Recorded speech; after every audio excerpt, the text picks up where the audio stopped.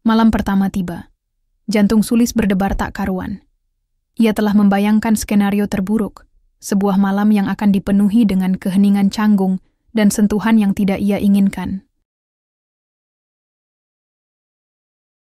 Sulis memeluk erat tubuh rapuh ibunya, berusaha menahan air mata yang sejak subuh sudah mendesak keluar dari pelupuk matanya. Langit di atas desa mereka di kaki Gunung Bromo masih basah oleh embun pagi. Aroma tanah basah dan asap kayu bakar yang khas kampung halaman terasa begitu menyayat hati. Ini adalah saat perpisahan yang paling sulit. Kamu baik-baik di sana, Enduk. Jangan lupa salat. Ibu dan adik-adik akan selalu mendoakanmu, bisik ibunya dengan suara bergetar. Sulis hanya bisa mengangguk. Ia tak sanggup berucap. Di pundaknya tersemat beban yang begitu besar. Hutang peninggalan almarhum ayahnya akibat sakit menahun, serta biaya sekolah adik-adiknya yang masih kecil. Itulah yang mendorong gadis berusia 20 tahun ini untuk mengambil keputusan berat menjadi tenaga kerja wanita, TKW, di Arab Saudi. Dengan ijazah SMA, satu-satunya cara baginya untuk menghasilkan uang dalam jumlah besar dan cepat adalah dengan merantau. Perjalanan ke bandara terasa begitu jauh. Setiap jengkal jalan yang dilalui seperti semakin menjauhkannya dari masa lalu, dari kenangan tawa di gubuk sederhana mereka. Di dalam pesawat, ia mencoba memejamkan mata, namun yang terlihat hanyalah wajah-wajah keluarganya. Mereka menaruh harapan besar padanya, dan Sulis berjanji tidak akan mengecewakan. Saat kakinya menginjak tanah Arab, udara panas langsung menyambutnya. Panasnya kering dan berbeda dengan kehangatan matahari di desanya. Pemandangan di sekelilingnya juga terasa asing. Tembok-tembok tinggi, bangunan berwarna krem yang kokoh, dan pepohonan kurma yang menjulang tinggi, semua terasa seperti berada di dunia lain.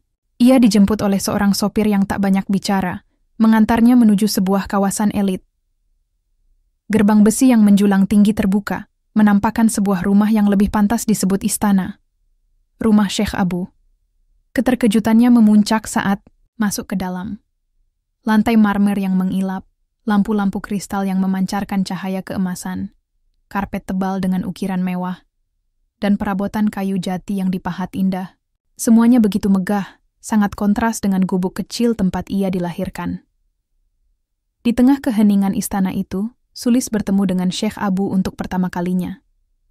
Pria tua itu duduk di kursi ukir di ruang tamu, membaca koran dengan kacamata, bertengger di hidungnya. Syekh Abu tidak terlihat seperti majikan pada umumnya yang ia bayangkan. Tidak ada kesan galak atau dingin. Sebaliknya, sorot matanya teduh, memancarkan kelelahan dan kesepian yang mendalam, seolah ia menyimpan beban yang tak terucapkan. Ia hanya menyambut Sulis dengan anggukan kecil dan senyum tipis, lalu kembali ke kegiatannya. Hari-hari pertama Sulis di sana dilalui dengan rutinitas yang monoton. Ia membersihkan rumah yang begitu luas, memasak, dan melayani kebutuhan Syekh Abu. Meskipun dikelilingi kemewahan, Sulis seringkali merasakan kesunyian yang menusuk. Ia merindukan suara tawa adik-adiknya, gosip ibu-ibu di warung kopi, atau sekadar desiran angin yang membawa aroma padi dari sawah. Di malam hari, ia sering termenung di balik jendela kamarnya yang mewah, menatap langit berbintang dan membayangkan bagaimana nasib keluarganya di kampung. Air mata sesekali jatuh, namun Sulis segera menghapusnya. Ia sadar, ini adalah harga yang harus ia bayar. Sebuah pengorbanan demi masa depan yang lebih baik. Ia bertekad untuk bertahan, menjadikan setiap butir keringatnya sebagai kepingan harapan untuk membangun kembali impian keluarganya. Di tengah kesunyian megah itu, Sulis tetap menggenggam erat satu keyakinan. Semua ini akan berakhir indah. Sulis telah menjalani rutinitasnya di rumah Syekh Abu selama hampir 3 bulan. Di balik kemegahan yang mengelilinginya, ia tetap merasa sebagai sosok asing. Syekh Abu sendiri, meski merupakan majikannya, jarang berbicara. Pria tua itu lebih sering menghabiskan waktu di ruang kerjanya, membaca buku-buku tebal, atau duduk di taman sambil bertasbih, tenggelam dalam pikirannya sendiri.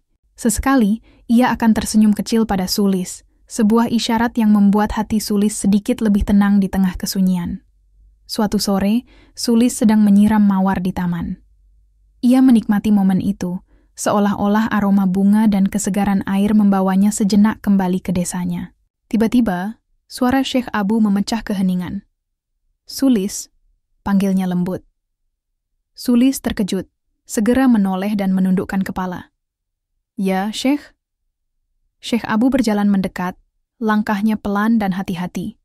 Ia berdiri di hadapan Sulis, menatapnya dengan pandangan yang dalam. "Saya tahu, kamu pasti bertanya-tanya mengapa saya memanggilmu." Sulis hanya diam, jantungnya berdebar kencang. Firasatnya mengatakan ada sesuatu yang tidak biasa. "Sulis, kamu tahu saya sudah tua," lanjut Syekh Abu, suaranya terdengar penuh kelelahan. "Dan saya merasa sangat kesepian. Rumah sebesar ini terasa kosong. Anak saya, Yazid, tinggal di negara lain dan sangat sibuk dengan urusannya. Dia hanya datang setahun sekali. Saya butuh teman, seseorang yang bisa menemani saya di hari-hari tua saya." Sulis mendengarkan dengan saksama. Ia mengira Syekh Abu ingin menjadikannya pendamping, dalam arti menemani Syekh Abu dalam kegiatan sehari-hari, namun ucapan selanjutnya membuatnya nyaris kehilangan keseimbangan. "Sulis, saya ingin melamar kamu. Jadilah istri saya." Ucapan itu bagaikan petir di siang bolong. Sulis tertegun, bingung. Ia tidak bisa memproses kata-kata itu. Menikah? Dengan majikannya sendiri? Dengan Syekh Abu? Syekh Abu, melihat ekspresi Sulis, segera melanjutkan ucapannya dengan nada yang lebih tegas, seolah ingin meyakinkan.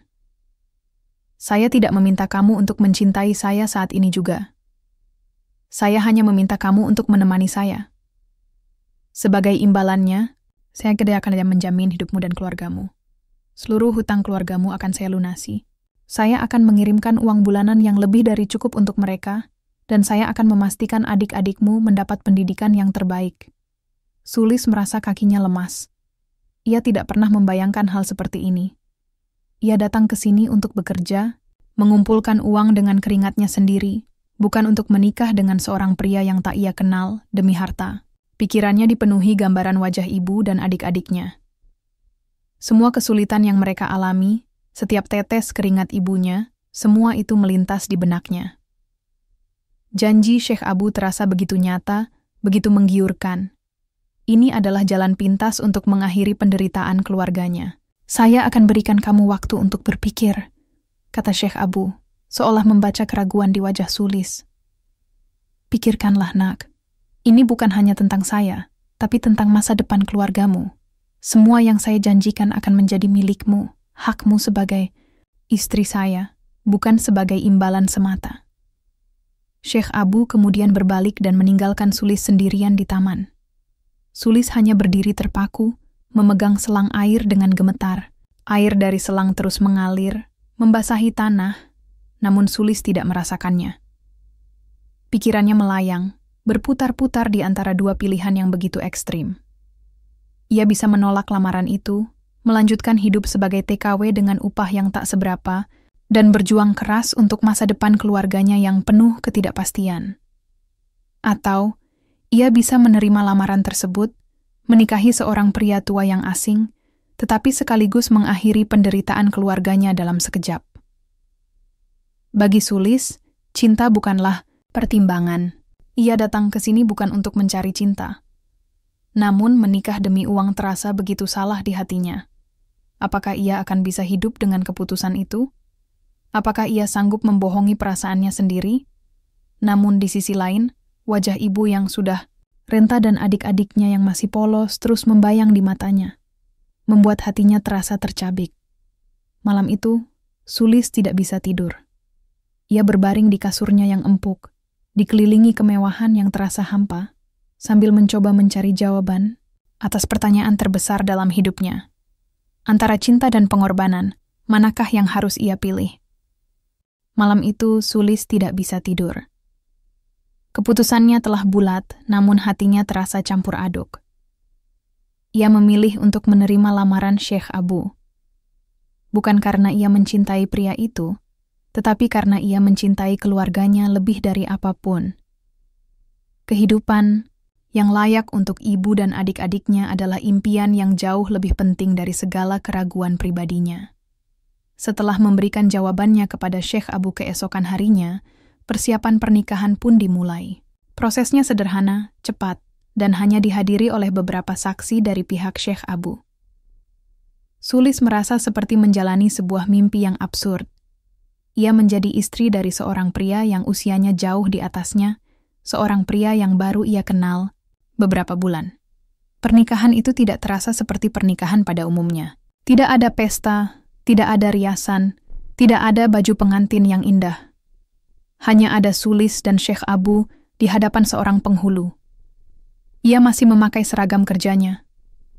Yang paling mengganjal di hatinya adalah tidak ada satupun anggota keluarganya yang hadir. Ia merasa sendirian, seolah ia telah menjual dirinya demi uang. Namun, kembali, Sulis mengingatkan dirinya sendiri tentang tujuannya. Ini semua demi keluarganya. Malam pertama tiba, jantung Sulis berdebar tak karuan. Ia telah membayangkan skenario terburuk, sebuah malam yang akan dipenuhi dengan keheningan canggung dan sentuhan yang tidak ia inginkan. Ia telah berganti pakaian menjadi piyama yang diberikan oleh Syekh Abu, duduk tegang di tepi ranjang berukuran besar. Ia menunggu suaminya. Pintu kamar terbuka perlahan. Syekh Abu masuk, namun bukan dengan sikap seorang suami yang akan menagih haknya. Ia berjalan pelan, mengenakan jubah putih yang membuatnya tampak semakin rapuh. Ia duduk di sebuah kursi di seberang ranjang, menatap Sulis dengan sorot mata yang sulit diartikan. "Sulis," panggilnya lembut. Sulis mengangkat kepalanya, menunggu dengan gugup. "Saya tahu kamu pasti takut," lanjut Syekh Abu. "Saya tidak akan menyentuhmu." Sulis terkejut. Ia tidak percaya dengan apa yang ia dengar. "Saya tahu pernikahan ini adalah sebuah kesepakatan bagi kamu," kata Syekh Abu lagi. "Saya tidak bodoh. Kamu menerima saya demi keluargamu, dan saya tidak ingin menjadi beban bagimu." Ia kemudian bangkit dari kursinya, berjalan mendekati Sulis, namun tidak menyentuhnya. Syekh Abu berdiri di hadapan Sulis, menatap mata Sulis yang dipenuhi kebingungan. "Saya ingin kamu merasa nyaman di rumah ini. Saya tidak ingin kamu merasa seperti seorang tahanan. Saya ingin kamu hidup bahagia. Saya tidak ingin merusakmu. Kamu masih sangat muda, Sulis. Masih banyak waktu untukmu untuk menemukan kebahagiaan sejati." Sulis merasa hatinya tersentuh. Ia tidak menyangka Syekh Abu akan bersikap seperti ini. Pria itu tidak tergesa-gesa, tidak menuntut, bahkan memberikan waktu baginya untuk merasa nyaman. Sikap Syekh Abu sangat berbeda dengan apa yang ia bayangkan. Malam itu, Syekh Abu tidur di sofa di ruang kerja. Ia memberikan Sulis seluruh kamar. Hari-hari berikutnya terasa lebih ringan. Sulis masih menjalani rutinitasnya sebagai pelayan rumah, namun kini ia juga memiliki peran baru sebagai istri. Syekh Abu tidak memaksanya untuk melakukan hal-hal yang tidak ia inginkan. Ia memberikan Sulis kebebasan. Ia menyuruh Sulis untuk berbelanja, jalan-jalan, dan bahkan menemaninya keluar. Sulis tidak lagi merasa sebagai tahanan, melainkan sebagai bagian dari keluarga. Di satu momen, saat Sulis sedang membereskan kamar Syekh Abu, ia menemukan sebuah foto lama. Foto itu menunjukkan Syekh Abu bersama seorang wanita cantik yang Sulis duga adalah almarhumah istrinya. Syekh Abu muda tersenyum bahagia dalam foto itu. Hati Sulis tiba-tiba merasa pedih. Ia menyadari bahwa Syekh Abu mungkin juga merasa kesepian, merindukan masa lalu, dan ingin mengisi kekosongan di hatinya.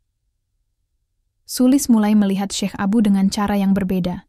Ia melihat pria itu sebagai seorang manusia, bukan hanya majikan yang kaya. Syekh Abu sering mengajaknya berbincang-bincang tentang Indonesia, tentang keluarganya, dan tentang mimpinya. Sulis mulai membuka diri, menceritakan tentang desanya, tentang ibu dan adik-adiknya. Syekh Abu mendengarkan dengan sabar, kadang memberikan nasihat, kadang hanya tersenyum. Malam-malam berlalu, dan Sulis mulai merasa nyaman. Ia tidak lagi merasa takut. Ia mulai merasakan ketulusan Syekh Abu.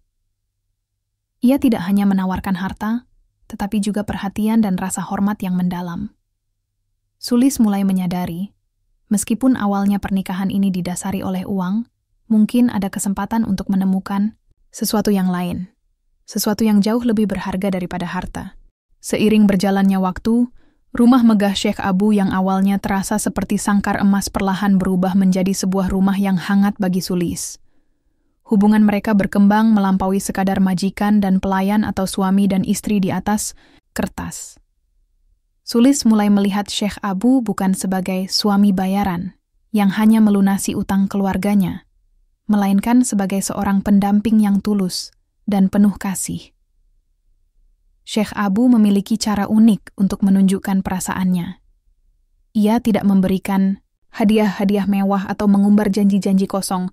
Sebaliknya, ia menunjukkan perhatiannya dalam hal-hal kecil yang menyentuh hati Sulis.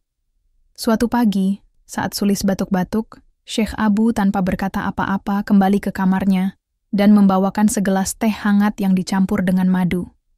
Ia memberikannya kepada Sulis, hanya menatapnya dengan tatapan penuh perhatian. "Minumlah, ini bagus untuk tenggorokanmu," katanya dengan suara serak, lalu kembali ke ruang kerjanya. Pada malam-malam yang sunyi, ketika Syekh Abu melihat Sulis melamun di teras, ia akan menghampirinya dan duduk di sampingnya. Mereka tidak selalu berbicara. Terkadang, keheningan di antara mereka terasa lebih nyaman daripada percakapan apapun. Di bawah langit Arab yang dipenuhi jutaan bintang, Sulis menyadari bahwa ia tidak lagi merasa sendirian.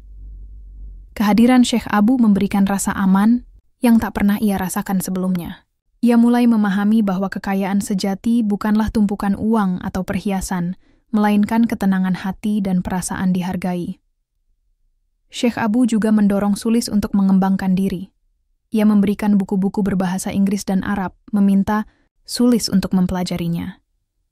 "Ilmu adalah cahaya," katanya suatu malam. "Kamu punya pikiran yang cerdas, Sulis. Jangan sia-siakan itu." Syekh Abu bahkan membantu Sulis belajar Al-Quran, dengan sabar membimbingnya melafalkan setiap ayat dengan benar. Ia tidak pernah menghakimi, hanya memancarkan aura ketenangan dan keikhlasan. Melalui interaksi sehari-hari inilah, dinding yang dibangun Sulis di sekitar hatinya perlahan runtuh. Ia tidak bisa lagi menyangkalnya. Perasaannya terhadap Syekh Abu telah berubah.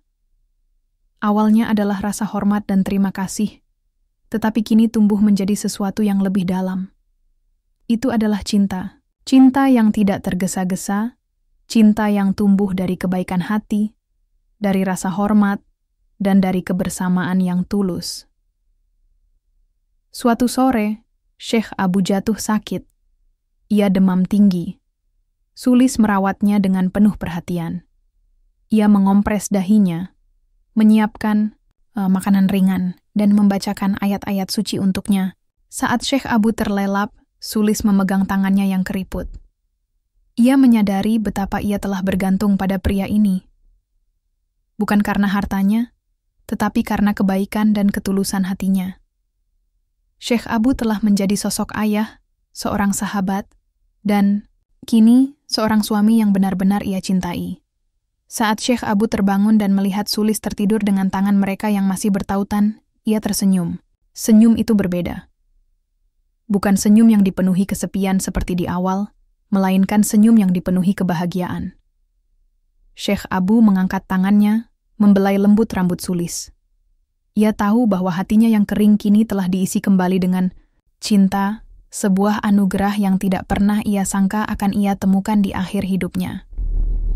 Sulis telah menemukan lebih dari sekadar uang. Ia menemukan cinta sejati. Cinta yang mengajarkannya bahwa pengorbanan yang tulus akan selalu berbuah kebahagiaan. Ia juga menyadari bahwa Syekh Abu tidak pernah benar-benar menipunya.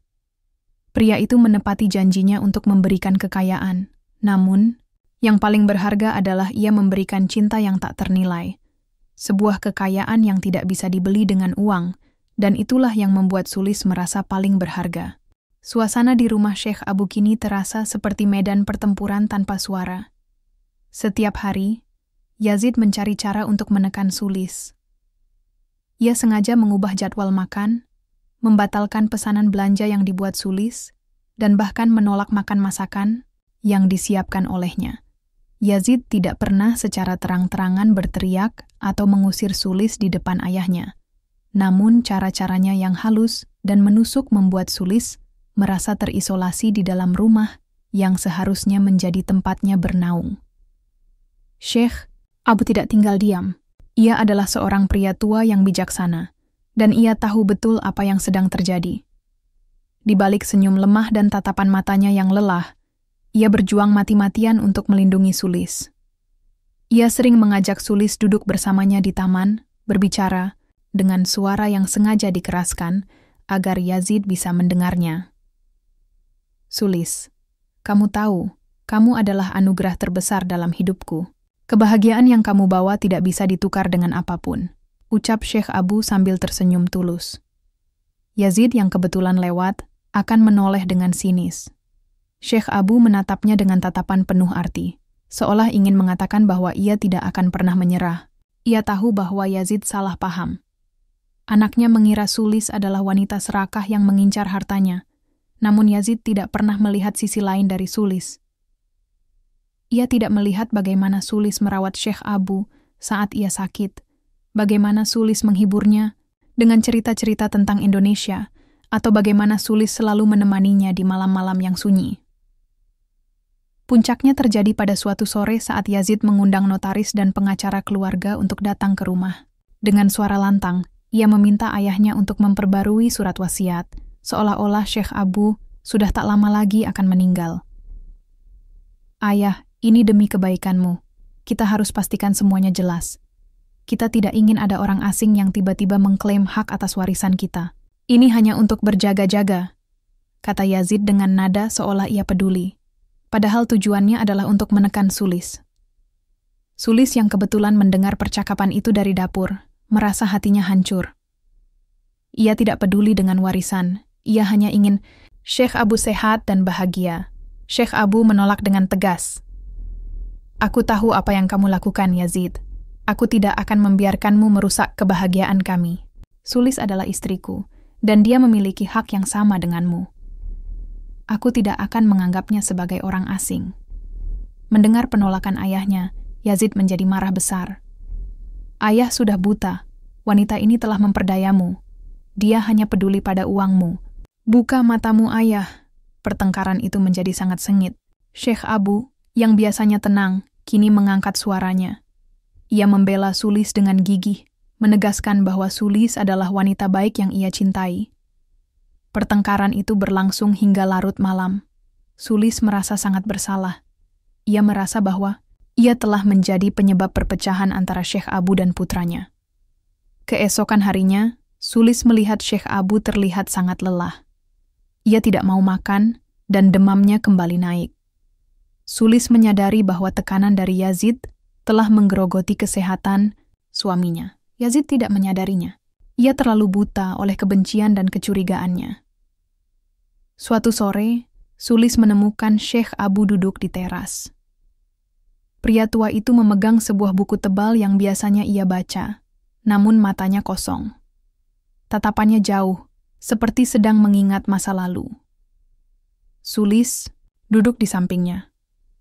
Syekh Abu, mengapa tidak istirahat? Anda tidak terlihat sehat, bisik Sulis dan Syekh Abu menggelengkan kepalanya. Saya lelah, Sulis. Lelah berjuang melawan prasangka anak saya sendiri. Saya ingin dia tahu bahwa cinta saya kepadamu tulus. Dan saya ingin dia tahu bahwa kamu adalah wanita yang baik. Tetapi sepertinya dia tidak akan pernah mengerti. Sulis memegang tangan Syekh Abu. Ia merasa betapa rapuhnya tangan itu. Ia ingin berteriak pada Yazid, ingin mengatakan bahwa ia tidak peduli dengan uang. Ia hanya ingin mereka hidup bahagia dan damai. Namun, ia tahu itu tidak akan mengubah apapun. Pada hari-hari berikutnya, kondisi Syekh Abu semakin memburuk. Ia mulai sering batuk. Napasnya tersengal-sengal, dan ia tidak memiliki nafsu makan. Ia menghabiskan sebagian besar waktunya di tempat tidur. Sulis merawatnya dengan penuh kesabaran. Yazid, yang akhirnya menyadari kondisi ayahnya, mulai merasa takut. Ia masih menuduh Sulis sebagai penyebab, namun kini ia lebih banyak diam. Ketakutan akan kehilangan sang ayah membuat kebenciannya sedikit mereda. Di tengah sakitnya, Syekh Abu memanggil Sulis dan Yazid. Ia memegang tangan mereka berdua. Yazid, ayah mohon padamu, buka hatimu. Sulis adalah istriku, dan dia adalah wanita yang baik. Dia telah memberiku kebahagiaan di akhir hidupku yang tidak bisa kamu berikan. Ayah mohon, jangan tinggalkan dia sendirian saat ayah sudah tidak ada. Nanti, janjilah pada ayah. Yazid terdiam. Ia tidak bisa menjawab. Ia melihat kelembutan di mata ayahnya. Kelembutan yang selama ini ia tolak untuk ia lihat. Sulis yang menangis tersedu-sedu memeluk Syekh Abu. Ia tidak peduli dengan apa yang akan terjadi padanya. Ia hanya ingin pria yang ia cintai tetap hidup. Namun ia tahu, takdir berkata lain. Perjuangan Syekh Abu untuk membela cintanya telah menguras seluruh tenaganya. Kini, ia hanya bisa menunggu, bersama dengan Sulis yang setia mendampinginya. Suasana di rumah Syekh Abu kini terasa seperti medan pertempuran tanpa suara. Setiap hari, Yazid mencari cara untuk menekan Sulis. Ia sengaja mengubah jadwal makan, membatalkan pesanan belanja yang dibuat Sulis, dan bahkan menolak makan masakan yang disiapkan olehnya. Yazid tidak pernah secara terang-terangan berteriak atau mengusir Sulis di depan ayahnya. Namun cara-caranya yang halus dan menusuk membuat Sulis merasa terisolasi di dalam rumah, yang seharusnya menjadi tempatnya bernaung. Syekh Abu tidak tinggal diam. Ia adalah seorang pria tua yang bijaksana, dan ia tahu betul apa yang sedang terjadi. Di balik senyum lemah dan tatapan matanya yang lelah, ia berjuang mati-matian untuk melindungi Sulis. Ia sering mengajak Sulis duduk bersamanya di taman, berbicara, dengan suara yang sengaja dikeraskan agar Yazid bisa mendengarnya. Sulis, kamu tahu, kamu adalah anugerah terbesar dalam hidupku. Kebahagiaan yang kamu bawa tidak bisa ditukar dengan apapun, ucap Syekh Abu sambil tersenyum tulus. Yazid yang kebetulan lewat akan menoleh dengan sinis. Syekh Abu menatapnya dengan tatapan penuh arti, seolah ingin mengatakan bahwa ia tidak akan pernah menyerah. Ia tahu bahwa Yazid salah paham. Anaknya mengira Sulis adalah wanita serakah yang mengincar hartanya. Namun Yazid tidak pernah melihat sisi lain dari Sulis. Ia tidak melihat bagaimana Sulis merawat Syekh Abu saat ia sakit. Bagaimana Sulis menghiburnya dengan cerita-cerita tentang Indonesia, atau bagaimana Sulis selalu menemaninya di malam-malam yang sunyi. Puncaknya terjadi pada suatu sore saat Yazid mengundang notaris dan pengacara keluarga untuk datang ke rumah. Dengan suara lantang, ia meminta ayahnya untuk memperbarui surat wasiat, seolah-olah Syekh Abu sudah tak lama lagi akan meninggal. Ayah, ini demi kebaikanmu. Kita harus pastikan semuanya jelas. Kita tidak ingin ada orang asing yang tiba-tiba mengklaim hak atas warisan kita. Ini hanya untuk berjaga-jaga, kata Yazid dengan nada seolah ia peduli. Padahal tujuannya adalah untuk menekan Sulis. Sulis yang kebetulan mendengar percakapan itu dari dapur, merasa hatinya hancur. Ia tidak peduli dengan warisan. Ia hanya ingin Syekh Abu sehat dan bahagia. Syekh Abu menolak dengan tegas. Aku tahu apa yang kamu lakukan, Yazid. Aku tidak akan membiarkanmu merusak kebahagiaan kami. Sulis adalah istriku, dan dia memiliki hak yang sama denganmu. Aku tidak akan menganggapnya sebagai orang asing. Mendengar penolakan ayahnya, Yazid menjadi marah besar. Ayah sudah buta. Wanita ini telah memperdayamu. Dia hanya peduli pada uangmu. Buka matamu, ayah. Pertengkaran itu menjadi sangat sengit. Syekh Abu, yang biasanya tenang, kini mengangkat suaranya. Ia membela Sulis dengan gigih, menegaskan bahwa Sulis adalah wanita baik yang ia cintai. Pertengkaran itu berlangsung hingga larut malam. Sulis merasa sangat bersalah. Ia merasa bahwa ia telah menjadi penyebab perpecahan antara Syekh Abu dan putranya. Keesokan harinya, Sulis melihat Syekh Abu terlihat sangat lelah. Ia tidak mau makan, dan demamnya kembali naik. Sulis menyadari bahwa tekanan dari Yazid telah menggerogoti kesehatan suaminya. Yazid tidak menyadarinya. Ia terlalu buta oleh kebencian dan kecurigaannya. Suatu sore, Sulis menemukan Syekh Abu duduk di teras. Pria tua itu memegang sebuah buku tebal yang biasanya ia baca, namun matanya kosong. Tatapannya jauh, seperti sedang mengingat masa lalu. Sulis duduk di sampingnya. "Syekh Abu, mengapa tidak istirahat? Anda tidak terlihat sehat," bisik Sulis. Syekh Abu menggelengkan kepalanya. "Saya lelah, Sulis. Lelah berjuang melawan prasangka anak saya sendiri. Saya ingin dia tahu bahwa cinta saya kepadamu tulus. Dan saya ingin dia tahu bahwa kamu adalah wanita yang baik. Tetapi sepertinya dia tidak akan pernah mengerti." Sulis memegang tangan Syekh Abu. Ia merasa betapa rapuhnya tangan itu. Ia ingin berteriak pada Yazid, ingin mengatakan bahwa ia tidak peduli dengan uang. Ia hanya ingin mereka hidup bahagia dan damai. Namun, ia tahu itu tidak akan mengubah apapun. Pada hari-hari berikutnya, kondisi Syekh Abu semakin memburuk. Ia mulai sering batuk, napasnya tersengal-sengal, dan ia tidak memiliki nafsu makan. Ia menghabiskan sebagian besar waktunya di tempat tidur. Sulis merawatnya dengan penuh kesabaran. Yazid, yang akhirnya menyadari kondisi ayahnya, mulai merasa takut. Ia masih menuduh Sulis sebagai penyebab, namun kini ia lebih banyak diam. Ketakutan akan kehilangan sang ayah membuat kebenciannya sedikit mereda. Di tengah sakitnya, Syekh Abu memanggil Sulis dan Yazid. Ia memegang tangan mereka berdua. "Yazid, ayah mohon padamu, buka hatimu. Sulis adalah istriku, dan dia adalah wanita yang baik. Dia telah memberiku kebahagiaan di akhir hidupku yang tidak bisa kamu berikan. Ayah mohon, jangan tinggalkan dia sendirian saat ayah sudah tidak ada. Nanti, janjilah pada ayah." Yazid terdiam. Ia tidak bisa menjawab. Ia melihat kelembutan di mata ayahnya. Kelembutan yang selama ini ia tolak untuk ia lihat. Sulis, yang menangis terseduh-seduh, memeluk Syekh Abu. Ia tidak peduli dengan apa yang akan terjadi padanya. Ia hanya ingin pria yang ia cintai tetap hidup. Namun ia tahu takdir berkata lain. Perjuangan Syekh Abu untuk membela cintanya telah menguras seluruh tenaganya. Kini, ia hanya bisa menunggu, bersama dengan Sulis yang setia mendampinginya. Malam itu, hening menyelimuti rumah megah Syekh Abu. Keheningan yang terasa berat dan menakutkan, berbeda dengan keheningan damai yang biasa Sulis rasakan saat berdua saja dengan suaminya. Sejak pertengkaran dengan Yazid, kondisi Syekh Abu menurun drastis. Demamnya tak kunjung turun, dan napasnya semakin berat, seolah setiap hembusan adalah perjuangan yang melelahkan.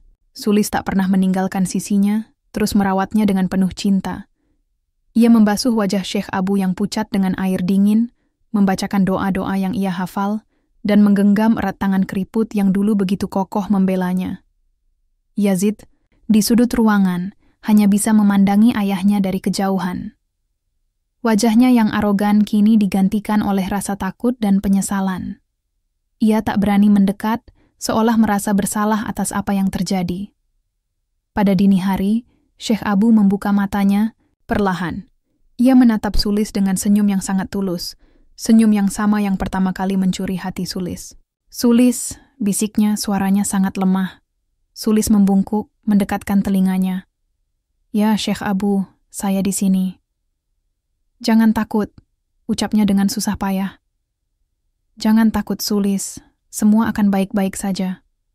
Sulis tak sanggup menahan tangisnya. Ia menggelengkan kepala. Air mata membasahi pipinya. "Saya tidak takut, Syekh Abu.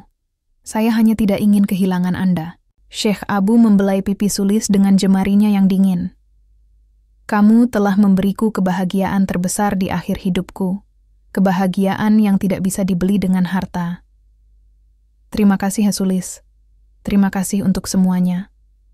Matanya kemudian beralih ke Yazid. Ia menatap putranya dengan tatapan penuh cinta dan harapan.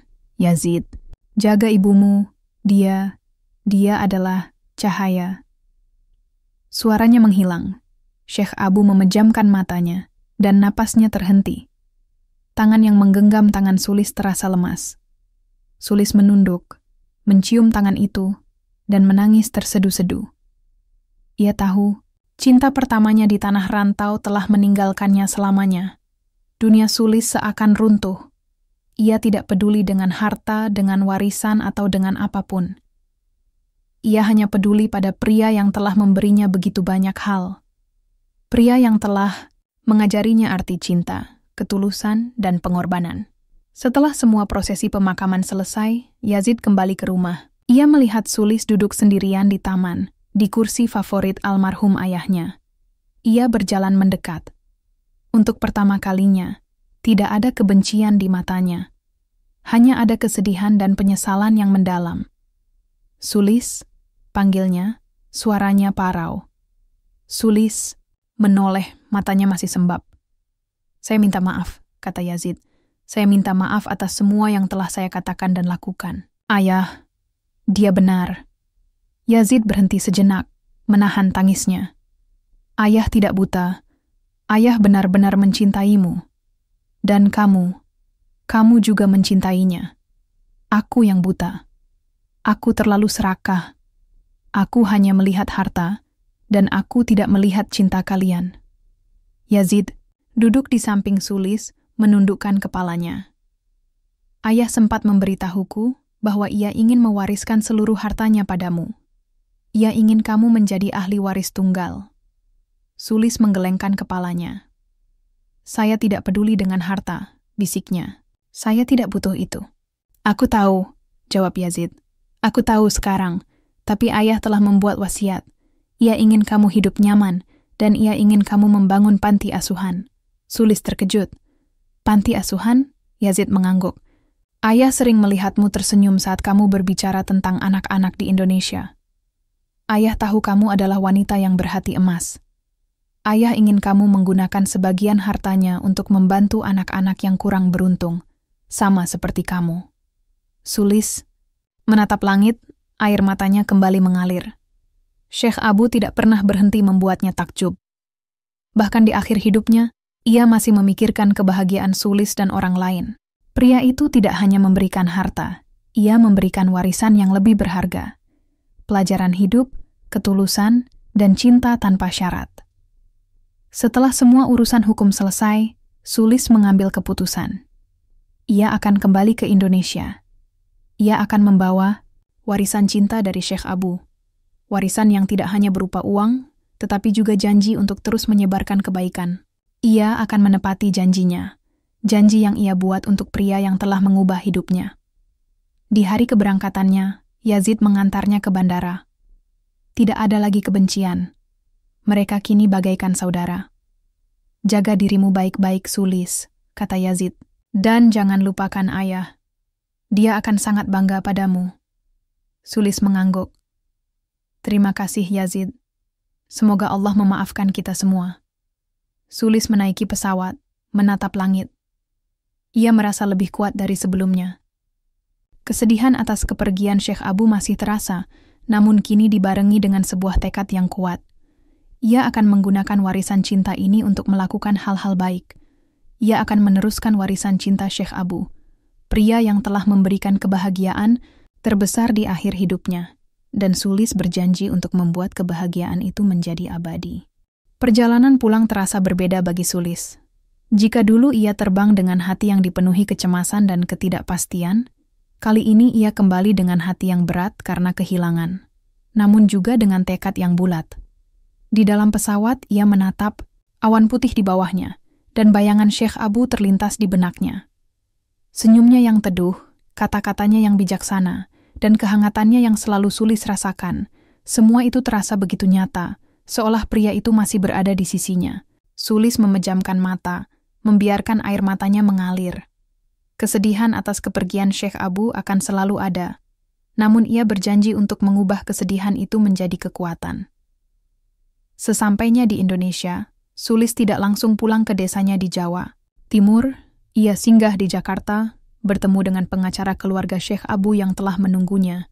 Pengacara itu menjelaskan seluruh detail wasiat Syekh Abu. Seperti yang dikatakan Yazid, Syekh Abu telah mewariskan sebagian besar hartanya kepada Sulis, dengan pesan khusus untuk digunakan demi tujuan mulia. Sebagian lain diberikan kepada Yazid, namun dengan syarat Yazid harus bersikap baik kepada Sulis dan tidak boleh mengganggunya. Syekh Abu telah memikirkan semuanya dengan matang, memastikan Sulis terlindungi dan bisa mewujudkan mimpi-mimpi mereka. Setelah semua urusan selesai, Sulis kembali ke desanya. Tangis haru menyambut kepulangannya. Ibu dan adik-adiknya memeluknya erat, tak percaya bahwa Sulis telah pulang dan berhasil. Sulis melihat betapa kurusnya ibunya, betapa besarnya harapan yang mereka sandarkan padanya. Hatinya kembali terasa pedih. Namun kini, ia datang bukan dengan tangan kosong, melainkan dengan warisan yang sangat besar, baik secara materi maupun non-materi. Sulis melunasi semua hutang keluarga. Ia membelikan ibu dan adik-adiknya pakaian baru, memperbaiki rumah, dan memberikan mereka modal usaha. Ia memastikan adik-adiknya bisa melanjutkan sekolah setinggi-tingginya tanpa harus memikirkan biaya. Kebahagiaan keluarganya terasa begitu nyata, dan Sulis merasa bangga. Ia telah menepati janji yang ia buat pada dirinya sendiri, dan yang terpenting, ia telah menepati janji pada Syekh Abu. Namun, Sulis tahu bahwa ini baru permulaan. Ia tidak bisa hanya menghabiskan uang itu untuk dirinya sendiri. Ia harus mewujudkan mimpi Syekh Abu. Sulis mulai mencari tahu tentang panti asuhan di Indonesia. Ia melakukan survei, berdiskusi dengan berbagai pihak, dan akhirnya memutuskan untuk membangun sebuah panti asuhan di dekat desanya. Ia memilih lokasi yang indah, jauh dari kebisingan kota, dengan halaman yang luas dan asri. Dengan bantuan pengacara dan beberapa pekerja lokal, Sulis mulai mewujudkan mimpinya. Ia mengawasi setiap tahap pembangunan, memastikan setiap detailnya sempurna. Ia ingin panti asuhan itu menjadi tempat yang nyaman, aman, dan penuh cinta bagi anak-anak yang tidak seberuntung dirinya. Saat panti asuhan itu selesai, Sulis menamainya Rumah Syekh Abu. Papan nama itu terpampang jelas di depan pintu gerbang, sebuah penghormatan abadi untuk pria yang telah mengubah takdirnya. Saat panti asuhan itu dibuka, Sulis merasakan kebahagiaan yang tak terlukiskan. Ia melihat wajah-wajah ceria anak-anak yang kini memiliki tempat tinggal yang layak, makanan yang bergizi, dan pendidikan yang baik. Sulis tidak hanya memberikan materi, ia juga memberikan cinta. Ia menghabiskan sebagian besar waktunya di panti asuhan, mengajar, bermain, dan mendengarkan cerita anak-anak. Ia menjadi sosok ibu bagi mereka semua. Suatu hari Yazid datang mengunjunginya. Ia tiba tanpa pemberitahuan, dan Sulis menyambutnya dengan hangat. Yazid melihat sendiri bagaimana Sulis menjalani hidupnya. Ia melihat panti asuhan yang megah, yang kini menjadi rumah bagi puluhan anak yatim piatu. Ia melihat Sulis tertawa dan bermain bersama anak-anak. Yazid terdiam. Ia tidak bisa berkata-kata. Ia melihat dengan mata kepalanya sendiri bahwa Sulis bukanlah wanita serakah yang ia tuduhkan. Sulis adalah malaikat yang telah mewujudkan mimpi ayahnya. Ayah, dia pasti sangat bangga padamu, bisik Yazid, suaranya dipenuhi penyesalan. Sulis tersenyum. Ini bukan hanya mimpiku, Yazid. Ini adalah mimpi ayahmu. Dia ingin warisannya menjadi sesuatu yang abadi. Bukan hanya uang, tapi cinta dan kebaikan. Yazid mengangguk. Ia akhirnya mengerti mengapa ayahnya memilih Sulis. Ia tidak hanya memilih seorang istri, tetapi ia memilih seorang pewaris, seorang yang bisa melanjutkan warisan cintanya. Yazid kini mendukung Sulis sepenuhnya. Ia bahkan berjanji akan membantu panti asuhan itu dengan memberikan donasi secara rutin. Bertahun-tahun berlalu. Panti asuhan Rumah Syekh Abu terus berkembang. Sulis, yang kini telah menjadi ibu yang penuh kasih bagi banyak anak, tidak pernah melupakan asal-usulnya. Ia tetap rendah hati, selalu mengingatkan dirinya sendiri bahwa semua ini berkat kebaikan hati seorang pria tua dari Arab yang telah memberikan cinta tanpa syarat. Kisah Sulis dan Syekh Abu adalah bukti bahwa cinta sejati tidak mengenal usia, bahasa, atau status sosial. Cinta yang tulus akan selalu menemukan jalannya, dan pengorbanan yang dilakukan dengan ikhlas akan berbuah kebaikan yang abadi. Sulis telah menemukan cintanya di tanah rantau, dan ia telah mewariskan cinta itu kepada dunia, memastikan bahwa kebaikan Syekh Abu akan terus hidup selamanya.